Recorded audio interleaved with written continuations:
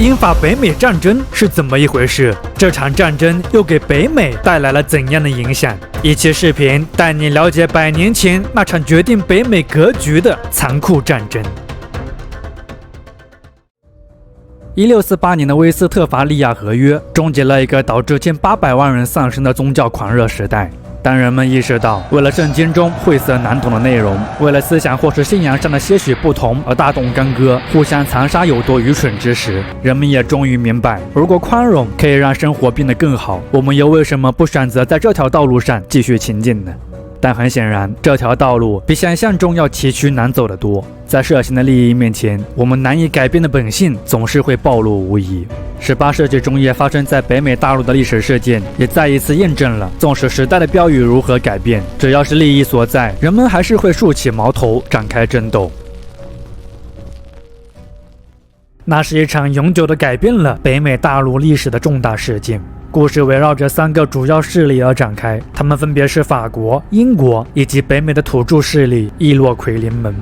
法国商人为了扩大利润可观的毛皮贸易，深入北美的荒山野岭。狂热的法国耶稣会教士为了寻求潜在的信徒，则踏进了北美的广阔内陆地区。总之，在法国人的努力下，截至18世纪中叶，不断扩张的新法兰西已经达到了惊人的约800万平方公里。为了巩固这片辽阔的海外殖民地，法国在其之上还建立了一系列的零散社区、要塞、传教区和贸易据点。魁北克、蒙特利尔、苏圣玛丽、底特律等城市是这个时期法国人在北美建立的代表性城市，他们的繁荣程度和大西洋沿岸英属殖民地的一些城市不相上下。而新法兰西的版图虽然看起来非常辽阔，但在人口方面的劣势是制约其进一步发展的重要障碍。截至18世纪中叶，新法兰西的人口仅有7万人左右，而英属北美殖民地人口则达到了100万之多。至于整个北美的印第安人，则至少有400万以上。人口规模上的巨大差距，让法国人深知，无论是基于在北美殖民地长期且稳定的发展，还是与其他欧洲殖民者做竞争，与当地人维持好关系太重要了。他们既可以是贸易伙伴，也可以是军事同盟。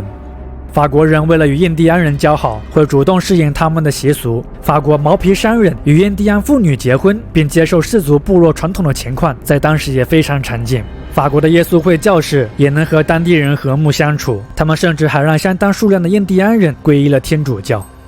与法国人相比，英国人与印第安人的关系就显得没那么融洽了。法国人给予印第安人的是宽容，而英国人则把自己的社会规范强加于印第安人。不同的态度也导致了英法在争夺北美控制权的过程中，法国殖民者总是能得到更多印第安人的支持。而在与法国殖民者交好的一系列土著势力当中，易洛魁联盟是个特殊的存在。易洛魁联盟由5大部族所组成，不同于其他印第安人，非必要，易洛魁人不会与任何一方殖民者走得太近，他们周旋于各个势力之间，很好地保持住了自身的独立性。这也使得易洛魁联盟能够规避各殖民间的斗争，也为其在五大湖地区的稳定发展创造了良好条件。不过，易洛魁人也并不是总能选择正确的答案的。英法美洲殖民地作为他们在欧洲势力的延伸，这里显然也受他们在欧洲一系列对抗的影响。发生于1744年到1748年的乔治王之战，就是受欧洲奥地利王位继承战争影响所爆发的。它也是英法殖民者在北美开展的第3次战争。这场战争，双方虽然最后以签订和平条约而结束了，但他们的敌意却并没有因此消除。而在英法关系本就十分紧张的情况下，易洛魁人做了一个拱火的错误决定，即允许英国商人通过俄亥俄地区的贸易通道进入内陆地区贸易。而出于对英国人得陇望蜀的担忧，法国人并从1749年开始在俄亥俄河谷地区修建堡垒，为未来可能到来的军事冲突做准备。军事上的博弈往往都是层层加码，但英国人看到法国人的举动以后，他们将此视为了一种威胁，于是也开始修建自己的堡垒，与法国人形成了军事对峙。此后的5年时间里，英法双方的关系因此变得愈发紧张。1754年的夏天，在弗吉尼亚总督的派遣下，以乔治·华盛顿为首的一支民兵为阻止法国人在俄亥俄河谷地区的扩张，与他们爆发了军事冲突。随后，以这场冲突为标志，一场历时9年法国和印第安人战争由此爆发了。由于这场战争爆发后不久，欧洲大陆爆发了规模更大的7年战争，英法在这场战争中分属对立阵营，因此法国和印第安人战争通常也被视为了7年战争在美洲的延伸。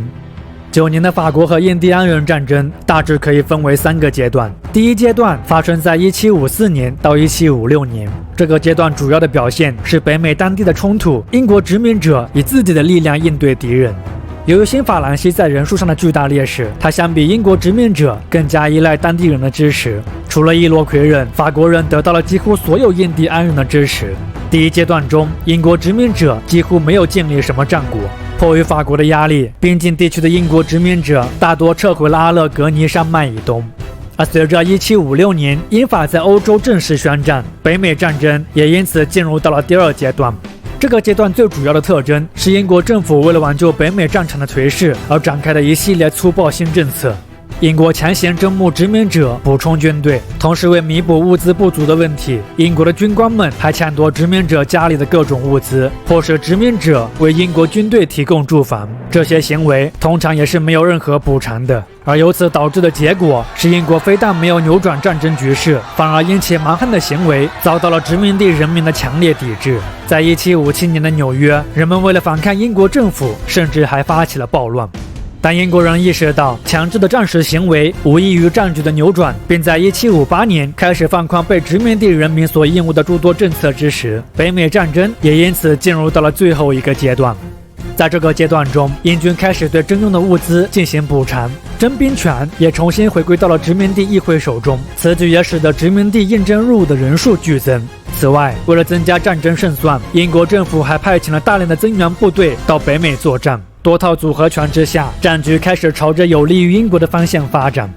在强大英国海军的封锁之下，物资和补给都陷入短缺的法军情况急转直下。1759年，加拿大的魁北克被攻陷，1年以后，法军在蒙特利尔正式投降。而法王路易15看到北美败局已定，他为了防止英国在北美的权势进一步扩大，同时也为了答谢西班牙在7年战争中对自己的支持，法国在1762年与西班牙秘密签署了分担白鹿条约，主动割让了路易斯安那和新奥尔良与后者。分担白鹿条约在7年战争结束以后才被公开。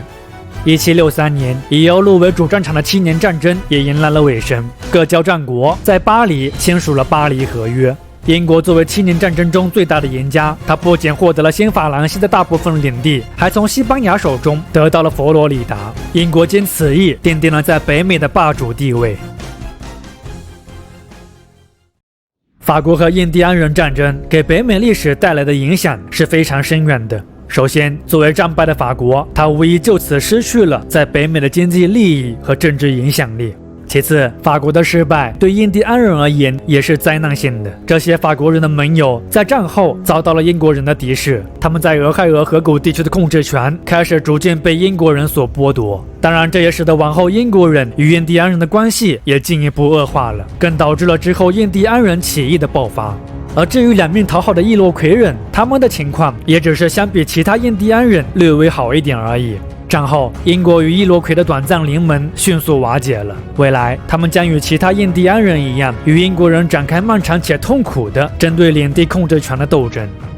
从法国手中获得大片领土以后，急速扩张的英属美洲殖民地看似非常的辉煌，但实际上荣光的背后埋藏着一个巨大的风险。浩大且漫长的战事导致当时的英国国债几乎翻了一番，而为了解决沉重的债务危机，英国与殖民地的关系也由此迅速恶化了。在英国人看来，北美殖民者在战争中的表现令人失望，且这场主要为了维护殖民者利益而展开的战争给英国带来实际的好处却微乎其微。更让英国人气愤的是，一些自私的殖民地商人还在战时向法国人出售物资牟利。总之，综合上述等的原因，战后很多英国领导人决定，英属北美殖民地必须重组，伦敦有必要加强对这里的控制。英属北美殖民地是时候为帝国证明它存在的价值了。但就北美的这些殖民者而言，战争给他们带来的效果却是截然不同的。战争刺激下，殖民者们第一次团结一心，同仇敌忾。这种共同信念已经逐渐成为了可以针对任何破坏殖民地秩序势力的一种力量了，就算是他们的宗主国也不行。战时因征兵政策与英国爆发了冲突，还是在殖民者努力下，他们夺回的殖民地议会权力。总之，战争的经验让这些殖民者头脑中生成了一个概念，那就是没有人可以强制要求他们做什么，他们有权利选择属于他们自己的道路。而这种不同的信念，显然已经与英国政府即将在殖民地贯彻的新意志构成了一种强烈的反差和矛盾。北美大陆一场新的争斗已经悄然展开。